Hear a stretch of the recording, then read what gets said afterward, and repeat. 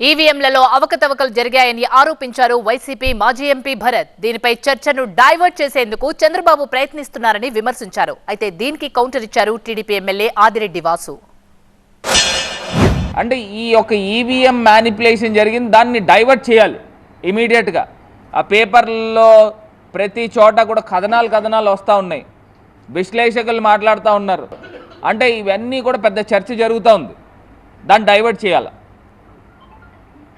అంటే దగ్గరగా ఒక నేషనల్ డెమోక్రటిక్ పార్టీ అనే ఒక పార్టీ, దానికి సంబంధించి మహారాష్ట్రకు సంబంధించి వాళ్ళు క్లియర్గా నివేదిక ఇచ్చారు. 11 నుంచి 12% అదనంగా ఓట్లు నమోదైనవి అని, పోలింగ్ కన్నా కౌంటింగ్స్లో.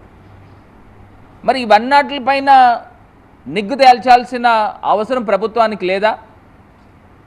అవంతా కూడా ఒక చర్చ బయటికి రావడంతో ఇమ్మీడియట్గా డైవర్షన్, 2 ఎంపీలతో పార్టీలో చేర్చుకుని 3 ఎమ్మెల్సీలని పార్టీలో చేర్చుకుని దాన్ని డైవర్ట్ చేసే కార్యక్రమం. ఇప్పుడు లేసాడు నిద్ర 3 నెలలు అయిన తర్వాత ఎందుకండి ఇది? ఓడిపోయారు, ఆత్మపరిశీలన చేసుకొని పార్టీని ఎలా సరిదిద్దుకుందాం. ఓ పక్కన మీరు రాజ్యసభ ఎంపీలు వచ్చి రిజిగ్నేషన్లు ఇచ్చేస్తున్నారు, ఓ పక్కన ఎమ్మెల్సీలు రిజిగ్నేషన్ ఇచ్చేస్తున్నారు. అసలు మీ నాయకత్వాన్ని నమ్మట్లేదు.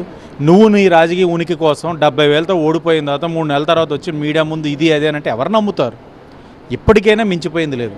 మీ మాదిరిగా వ్యక్తిగతంగా విమర్శించడం లేకపోతే వ్యక్తిగతంగా హేళన చేయడం మేము చెయ్యం. ఆత్మపరిశీలన చేసుకోండి, ఓటమి నుంచి గుణపాఠాలు నేర్చుకోండి, పార్టీని ఎలా సరి చేసుకోవాలో దాని మీద దృష్టి సారించండి. అంతేగాని మీరు మీడియా ముందు వచ్చామా, మాట్లాడామా, లేకపోతే ఏదో విమర్శించేసామంటే జనాలు నమ్మే పరిస్థితి లేదు. 3 నెలల తర్వాత ఎందుకు? ఆ రోజే రావచ్చు కదా.